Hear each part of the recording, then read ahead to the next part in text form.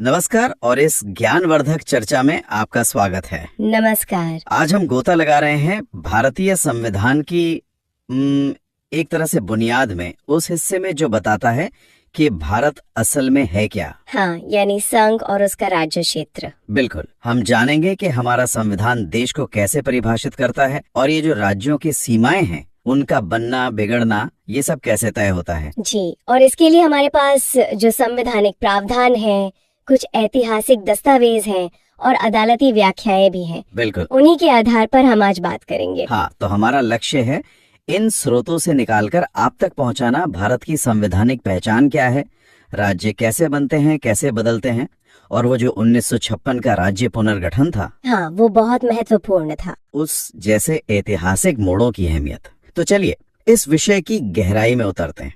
तो सबसे पहले सबसे बुनियादी सवाल, संविधान का अनुच्छेद 1 ये भारत को क्या कहता है? हमारे स्रोत बताते हैं इंडिया अर्थात भारत राज्यों का संघ, यूनियन ऑफ स्टेट्स होगा। हाँ, India that is Bharat shall be A union of states. ये लाइन बहुत अहम है। बिल्कुल।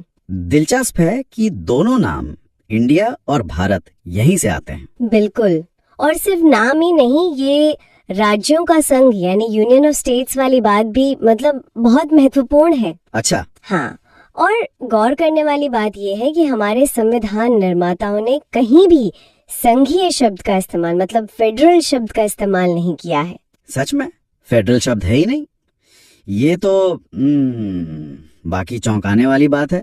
आमतौर पे तो हम भारत को एक फेडरल देश ही मानते हैं ना। हाँ, हम बोलचाल में कह देते हैं, लेकिन संविधान में ये शब्द नहीं है। तो फिर ये यूनियन ऑफ स्टेट्स कहने के पीछे क्या सोच थी, क्यों चुना ये शब्द? देखिए, इसके पीछे डॉक्टर B.R. अम्बेडकर ने संविधान सभा में 2 मुख्य कारण बताए थे। अच्छा, पहला कि जो भारतीय संघ है वो अमेरिकी संघ की तरह नहीं है, मतलब राज्य किसी समझौते या एग्रीमेंट के तहत साथ नहीं आए हैं। हाँ, अपनी मर्जी से नहीं जुड़े। बिल्कुल। और दूसरा कारण जो शायद ज्यादा महत्वपूर्ण है कि राज्यों को इस संघ से अलग होने का कोई अधिकार नहीं है, 0। कोई अधिकार नहीं। जी, ये यूनियन शब्द जो है ये भारत की एकता और अखंडता पर जोर देता है। इसीलिए वो कहावत है ना, हाँ, कि भारत विनाशी राज्यों का अविनाशी संघ है। मतलब India is an indestructible union of destructible states. विनाशी राज्यों का अविनाशी संघ। वाह, ये सूत्रवाक्य तो मतलब पूरी कहानी कह देता है। हाँ, कि देश एक रहेगा, अटूट रहेगा, भले उसके अंदर राज्यों की शक्ल सूरत, उनकी सीमाएं बदलती रहें। बिल्कुल। तो फिर ये बदलाव होता कैसे है? मतलब अगर कोई नया राज्य बनाना हो या किसी मौजूदा राज्य की सीमा बदलनी हो या शायद नाम भी बदलना हो, ये अधिकार किसके पास है? ये शक्ति, ये पावर पूरी तरह से भारतीय संसद में निहित है। संसद के पास? हाँ जी, संसद के पास। संविधान का अनुच्छेद 3 आर्टिकल 3 संसद को ये अधिकार देता है कि वो कानून बनाकर कई चीजें कर सकती है। जैसे किसी राज्य से उसका क्षेत्र अलग करके नया राज्य बना सकती है, या 2 राज्यों को मिलाकर एक कर सकती है, या किसी राज्य का क्षेत्र बढ़ा सकती है, घटा सकती है, सीमाएं बदल सकती है, और यहाँ तक के राज्य का नाम भी बदल सकती है। नाम भी बदल सकती है? हाँ, नाम भी। और क्या इस तरह के बदलाव के लिए, मतलब राज्य की सीमा बदलने या नया राज्य बनाने के लिए संविधान में कोई बड़ा संशोधन करना पड़ता है, जैसे वो अनुच्छेद 368 के तहत होता है ना, विशेष बहुमत वाला? नहीं, यहीं पर भारतीय व्यवस्था कई दूसरे देशों से मतलब फेडरल देशों से अलग हो जाती है। अच्छा। हाँ, संविधान का अनुच्छेद 4 आर्टिकल 4 ये साफ कहता है कि अनुच्छेद 2 जिसमें नए राज्यों का प्रवेश या स्थापना है, और अनुच्छेद 3 जिसमें ये राज्यों का निर्माण, सीमा या नाम बदलना है, इनके तहत बनाया गया कोई भी कानून अनुच्छेद 368 के तहत संविधान संशोधन नहीं माना जाएगा। नहीं, इसका सीधा मतलब है कि ऐसे बदलावों के लिए संसद में सिर्फ साधारण बहुमत चाहिए, सिंपल मेजॉरिटी, यानी 50% से ज्यादा। हाँ, उपस्थित और मतदान करने वाले सदस्यों का 50% से ज्यादा। कोई विशेष बहुमत, 2/3 वगैरह की जरूरत नहीं। ये एक सामान्य विधायी प्रक्रिया की तरह है। अरे वाह, ये तो प्रक्रिया को काफी लचीला बना देता है। लेकिन इसमें राज्यों की क्या भूमिका है? क्या उनकी मर्जी पूछी जाती है? और राष्ट्रपति का क्या रोल है इसमें? हाँ, प्रक्रिया में कुछ शर्तें जरूर हैं। ऐसा नहीं है कि बस संसद ने चाहा और कर दिया। अच्छा। पहली शर्त, ऐसा कोई भी बिल मतलब विधेयक संसद में लाने से पहले राष्ट्रपति की सिफारिश जरूरी है, प्रेसिडेंट्स रिकमेंडेशन। ठीक है। दूसरी शर्त, अगर बिल किसी मौजूदा राज्य के क्षेत्र, सीमा या नाम पर असर डाल रहा है तो राष्ट्रपति उस बिल को संबंधित राज्य के विधानमंडल के पास भेजेंगे। किस लिए? उनकी राय जानने के लिए। हाँ, उनकी राय जानने के लिए। और इसके लिए एक समय सीमा भी तय की जाती है कि आपको इतने समय में अपनी राय बतानी है। लेकिन क्या राज्य विधानमंडल जो राय देता है उसे मानना संसद या राष्ट्रपति के लिए जरूरी है? मान लीजिए कोई राज्य कहे कि नहीं जी, हमें अपनी सीमा नहीं बदलवानी या हमें अपना नाम नहीं बदलवाना। यहीं पर देखिए केंद्र की सर्वोच्चता दिखती है। राज्य विधानमंडल की राय मानना राष्ट्रपति या संसद के लिए बाध्यकारी मतलब बाइंडिंग नहीं है। बाध्यकारी नहीं है? बिल्कुल नहीं। वे उस राय को स्वीकार भी कर सकते हैं, अस्वीकार भी कर सकते हैं, भले ही राज्य ने वो राय तय समय सीमा में दी हो या ना दी हो। अच्छा। हाँ, और संसद अपने हिसाब से उस बिल में संशोधन भी कर सकती है और उसे पास कर सकती है। तो मतलब साफ है, राज्यों की जो टेरिटोरियल इंटेग्रिटी है, हाँ, या उनका अस्तित्व, उसकी गारंटी भारतीय संविधान नहीं देता। बिल्कुल नहीं। यानी संसद बदल सकती है। हाँ। संसद जब चाहे जैसे चाहे उन्हें बदल सकती है। इसीलिए विनाशी राज्यों का अविनाशी संघ। तो सैद्धांतिक रूप से तो ये प्रक्रिया केंद्र को काफी ज्यादा शक्ति देती है, पर क्या व्यवहार में मतलब असलियत में केंद्र सरकारें राज्यों की राय को पूरी तरह नजरअंदाज कर पाती? राजनीतिक रूप से इसके क्या मायने होते होंगे? आपका सवाल बिल्कुल वाजिब है। देखिए, संवैधानिक शक्ति एक बात है और व्यवहारिक राजनीति दूसरी। हाँ। हालांकि संवैधानिक रूप से राज्यों की सहमति जरूरी नहीं है, लेकिन राजनीतिक रूप से बिना किसी आम सहमति या बहुत मजबूत कारण के ऐसा करना मुश्किल हो सकता है। अच्छा। जाहिर है, ये केंद्र राज्य संबंधों में तनाव पैदा कर सकता है। इस पर काफी राजनीतिक बहस हो सकती है, विरोध प्रदर्शन हो सकते हैं, जैसा हमने कई राज्यों के पुनर्गठन के समय देखा भी है। हाँ, देखा है। लेकिन अंततः संवैधानिक शक्ति संसद के पास ही है, वो सुप्रीम है इस मामले में। इतिहास के पन्नों को पलटते हैं, एक बहुत बड़े बदलाव की बात करते हैं, राज्य पुनर्गठन अधिनियम 1956। ये क्या था और इसने भारत के नक्शे को कैसे बदल दिया? उस समय कितने राज्य और केंद्र शासित प्रदेश बने थे इसके तहत? राज्य पुनर्गठन अधिनियम 1956। हाँ, ये आजाद भारत के इतिहास में एक मील का पत्थर है, एक लैंडमार्क एक्ट। इसने राज्यों की जो पुरानी श्रेणियां थी ना, part A, B, C, D states वाली, उनको खत्म किया। हाँ, वो अंग्रेजों के समय की। हाँ, उनको खत्म करके उनकी जगह 14 राज्य और 6 केंद्र शासित प्रदेश बनाए। 14 स्टेट्स एंड 6 यूनियन टेरिटरीज।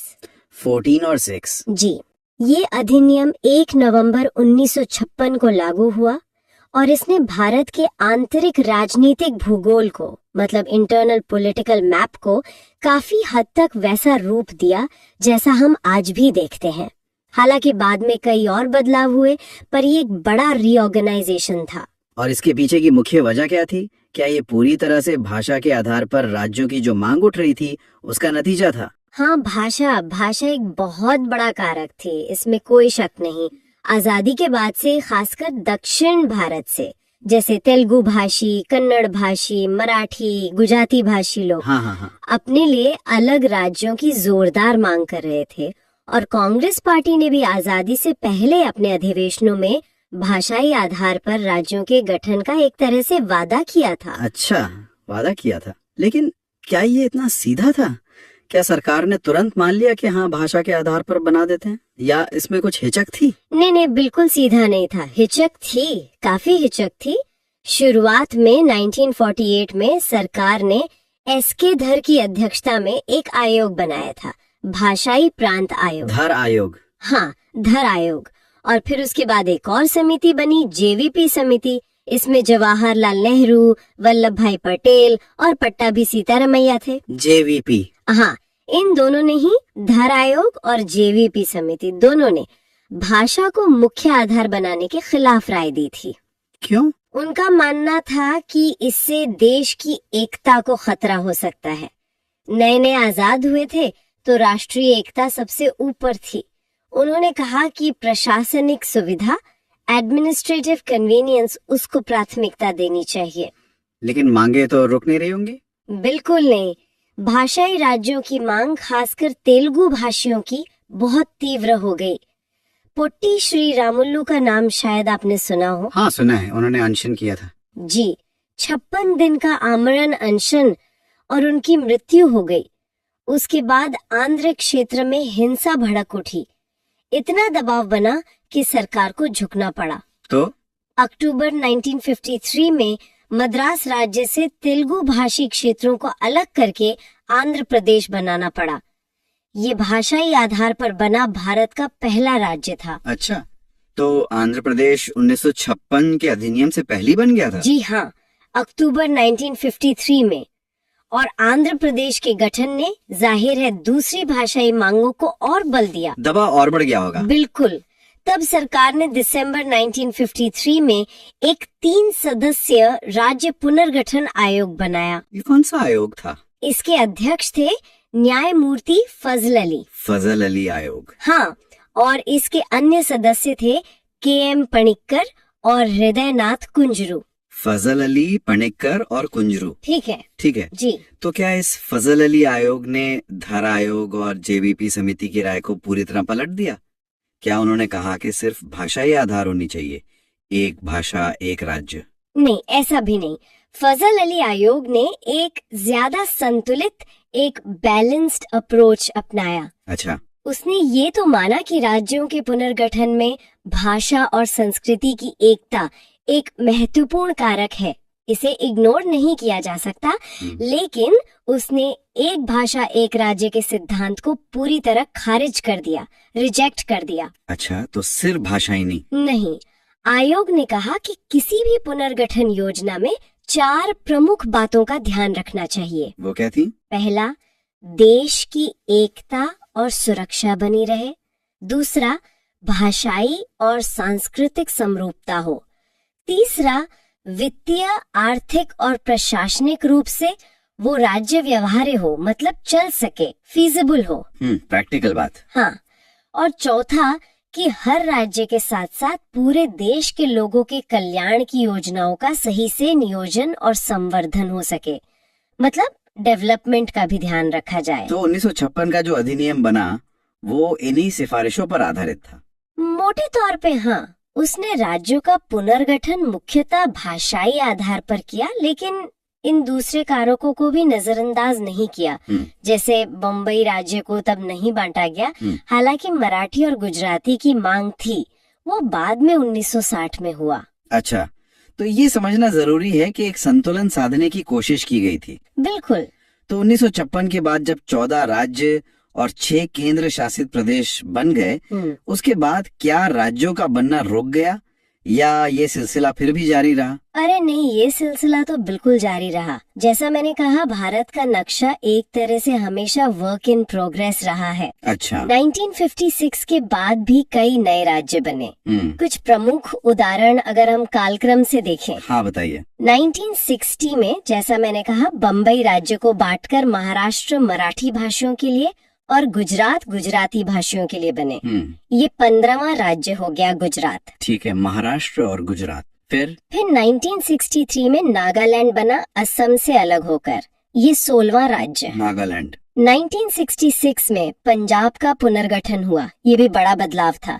इसमें से पंजाबी भाषी पंजाब राज्य बना, हिंदी भाषी हरियाणा राज्य बना, ये 17वां राज्य, और उनकी संयुक्त राजधानी चंडीगढ़ को केंद्र शासित प्रदेश बनाया गया। हाँ, और कुछ पहाड़ी इलाके हिमाचल को गए थे। बिल्कुल, कुछ पहाड़ी इलाके तत्कालीन केंद्र शासित प्रदेश हिमाचल प्रदेश को दे दिए गए, और फिर 1971 में इसी हिमाचल प्रदेश को पूर्ण राज्य का दर्जा मिल गया। ये 18वां राज्य बना। हिमाचल 1971। ठीक है। फिर 1972 में 3 और राज्य बने पूर्वोत्तर में। मणिपुर 19वां, त्रिपुरा 20वां और मेघालय 21वां। मणिपुर, त्रिपुरा, मेघालय। 1972। जी। फिर आया सिक्किम का मामला। जी ये थोड़ा अलग था। हाँ, सिक्किम का क्या था? वो पहले भारत का हिस्सा नहीं था। वो प्रोटेक्टोरेट था। 1974 में 35वें संशोधन से उसे पहले एक विशेष सह राज्य यानी एसोसिएट स्टेट का दर्जा दिया गया। ये भारतीय संविधान में एक अनोखी मतलब यूनिक चीज थी। एसोसिएट स्टेट ये क्या होता है? इसमें सिक्किम को रक्षा, विदेश मामले, संचार जैसे कुछ विषयों को छोड़कर काफी स्वायत्तता दी गई थी। लेकिन ये व्यवस्था ज्यादा चली नहीं। अच्छा। अगले ही साल 1975 में 36वें संशोधन से सिक्किम को भारत का पूर्ण राज्य बना दिया गया, 22वां राज्य। तो 1975 में सिक्किम पूर्ण राज्य बन गया। ठीक है, आगे? फिर 1987 में 3 और राज्य बने, मिजोरम 23वां, अरुणाचल प्रदेश 24वां और गोवा 25वां। गोवा वो तो पुर्तगालियों से आजाद हुआ था ना? हाँ, 1961 में आजाद हुआ था। उसके बाद वो दमन और दीव के साथ एक केंद्र शासित प्रदेश था। 1987 में गोवा को अलग करके पूर्ण राज्य बनाया गया। ठीक है, 1987 में 3 मिजोरम, अरुणाचल, गोवा। और फिर आया साल 2000। एक साथ 3 नए राज्य बने। हाँ, ये तो मुझे याद है। मध्य प्रदेश से अलग होकर छत्तीसगढ़ 26वां, उत्तर प्रदेश से अलग होकर उत्तराखंड 27वां। इसका नाम पहले उत्तरांचल था, बाद में उत्तराखंड हुआ। और बिहार से अलग होकर झारखंड 28वां। छत्तीसगढ़, उत्तराखंड, झारखंड, साल 2000। जी। और फिर सबसे नया राज्य 2014 में बना, आंध्र प्रदेश पुनर्गठन अधिनियम द्वारा तेलंगाना। ये भारत का 29वां राज्य बना था। तेलंगाना 2014 में, ये 2 जून 2014 से अस्तित्व में आया है ना? हाँ बिल्कुल, 2 जून 2014 से। कमाल है, 14 से शुरू होकर 29 तक पहुंच गए। ये तो काफी लंबी और लगातार चलने वाली प्रक्रिया रही है। तो आज इस समय मतलब अभी भारत में कितने राज्य और कितने केंद्र शासित प्रदेश हैं? वर्तमान में आज की तारीख में भारत में 28 राज्य और 8 केंद्र शासित प्रदेश हैं। 28 राज्य और 8 केंद्र शासित प्रदेश। लेकिन अभी तो हमने गिना कि तेलंगाना 29वां राज्य बना था, तो संख्या 29 से 28 कैसे हो गई? और केंद्र शासित प्रदेश 6 से शुरू हुए थे, वो 8 कैसे हो गए? लगता है हाल में कुछ बड़े बदलाव हुए हैं, है ना? जी हाँ बिल्कुल, हाल के वर्षों में 2 बहुत महत्वपूर्ण बदलाव हुए हैं। क्या? पहला, 31 अक्टूबर 2019 से जम्मू और कश्मीर राज्य का पुनर्गठन किया गया। उसे राज्य का दर्जा खत्म करके 2 केंद्र शासित प्रदेशों में बांट दिया गया। 2 यूनियन टेरिटरीज कौन कौन से? एक है जम्मू और कश्मीर, जिसकी अपनी विधानसभा होगी, जैसे दिल्ली और पुडुचेरी की है। और दूसरा है लद्दाख, जिसकी अपनी विधानसभा नहीं होगी, वो सीधे केंद्र द्वारा प्रशासित होगा। अच्छा, तो जम्मू कश्मीर अब राज्य नहीं रहा? नहीं, और इसी के साथ जो उसे अनुच्छेद 370 के तहत विशेष दर्जा मिला हुआ था और उसका अपना अलग संविधान था, वो भी समाप्त हो गया। हाँ, ये तो बड़ी खबर थी। जी, तो इस बदलाव से राज्यों की संख्या 29 से घटकर 28 हो गई। हाँ। और उस समय केंद्र शासित प्रदेशों की संख्या 7 थी। 6 शुरू में थे प्लस चंडीगढ़, वो बढ़कर 9 हो गई थी। 7 से 9 हो गई। लेकिन आपने कहा अभी 8 है। हाँ। क्योंकि इसके बाद एक और बदलाव हुआ। अच्छा। दूसरा बदलाव 26 जनवरी 2020 से लागू हुआ। वो क्या था? 2 मौजूदा केंद्र शासित प्रदेश थे, दादरा और नगर हवेली और दमन और दीव। इन दोनों का विलय कर दिया गया, मतलब दोनों को मिलाकर एक ही केंद्र शासित प्रदेश बना दिया गया। अच्छा, दादरा नगर हवेली और दमन दीव अब एक है? हाँ, अब वो एक ही यूटी है, दादरा और नगर हवेली तथा दमन और दीव। तो इससे कुल केंद्र शासित प्रदेशों की संख्या 9 से घटकर 8 हो गई। समझ गया। तो इस तरह अब 28 राज्य और 8 केंद्र शासित प्रदेश हैं। ये है आज की ताजा स्थिति। बिल्कुल। और ये जो केंद्र शासित प्रदेश हैं, इनका प्रशासन कौन देखता है? इनका मुखिया कौन होता है? संविधान के अनुच्छेद 239 के अनुसार हर केंद्र शासित प्रदेश का प्रशासन सीधे राष्ट्रपति द्वारा चलाया जाता है। राष्ट्रपति द्वारा? हाँ, राष्ट्रपति इसके लिए एक प्रशासक मतलब एडमिनिस्ट्रेटर नियुक्त करते हैं। एडमिनिस्ट्रेटर। जी, इस प्रशासक का पद नाम अलग अलग यूटीज में अलग अलग हो सकता है। जैसे दिल्ली, पुडुचेरी, अंडमान निकोबार, जम्मू कश्मीर और लद्दाख में उन्हें उपराज्यपाल यानी लेफ्टिनेंट गवर्नर एलजी कहा जाता है। एलजी। हाँ, जबकि चंडीगढ़, दादरा नगर हवेली और दमन दीव, लक्षद्वीप में उन्हें प्रशासक, एडमिनिस्ट्रेटर या मुख्य आयुक्त, चीफ कमिश्नर कहा जाता है। अच्छा, और ये काम कैसे करते हैं? ये प्रशासक या एलजी राष्ट्रपति के एजेंट के तौर पर काम करते हैं, जी। न कि राज्य के राज्यपाल की तरह राज्य के संवैधानिक प्रमुख के रूप में। इनकी शक्तियां और भूमिकाएं अलग होती हैं। ठीक है, ये स्पष्ट हुआ। तो ये तो हुई राज्यों और केंद्र शासित प्रदेशों की कहानी, लेकिन भारत के नक्शे पर कुछ ऐसे क्षेत्र भी हैं जिनका प्रशासन थोड़ा अलग है, शायद कुछ खास जरूरतों के लिए।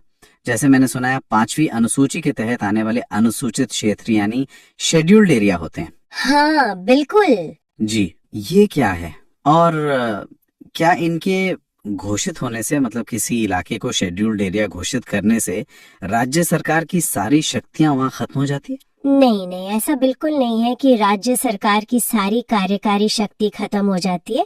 देखिए, 5वीं अनुसूची उन क्षेत्रों में लागू होती है जहां अनुसूचित जनजातियों यानी शेड्यूल्ड ट्राइब्स की बड़ी आबादी है। अच्छा, ट्राइबल एरियाज में। हाँ, लेकिन इसमें असम, मेघालय, त्रिपुरा, मिजोरम शामिल नहीं है। उनके लिए 6ठी अनुसूची है, वो अलग है। ठीक है, 5वीं अनुसूची बाकी राज्यों के लिए। जी, इसका उद्देश्य है जनजातीय आबादी के हितों की रक्षा करना, उनकी जमीन, उनकी संस्कृति, उनकी स्वायत्ता को बनाए रखना।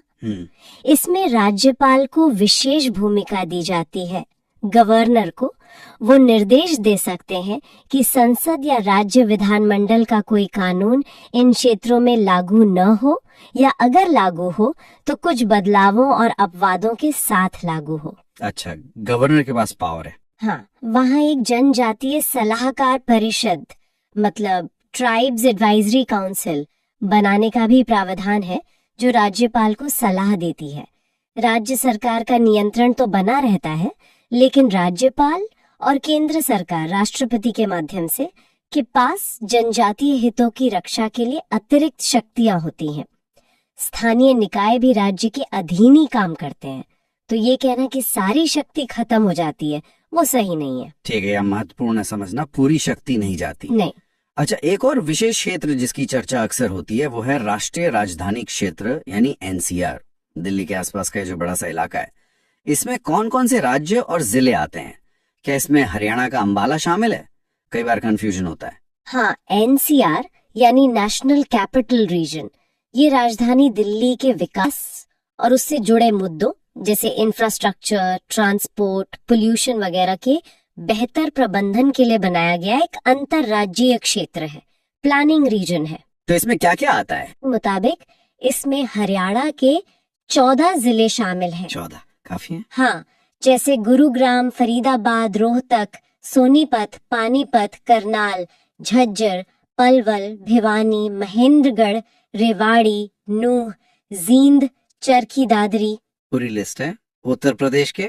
उत्तर प्रदेश के 8 जिले हैं, मेरठ, गाजियाबाद, गौतम बुद्ध नगर यानी नोएडा, ग्रेटर नोएडा, बुलंदशहर, बागपत, हापुड़, शामली और मुजफ्फरनगर। और राजस्थान?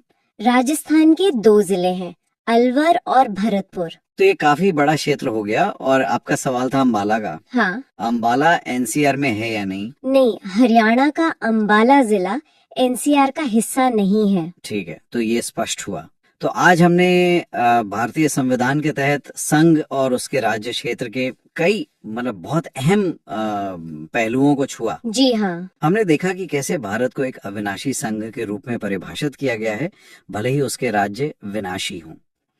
हमने समझा कि संसद कैसे साधारण बहुमत से ही राज्यों को बना सकती है, बिगाड़ सकती है या बदल सकती है, और इसमें राज्यों की सहमति की भूमिका कितनी सीमित है। हाँ, संवैधानिक रूप से। फिर हमने 1956 के ऐतिहासिक राज्य पुनर्गठन अधिनियम को देखा, उसके पीछे की भाषाई और दूसरी वजहों को समझा, और फजल अली आयोग के संतुलित नजरिए को भी जाना। जी।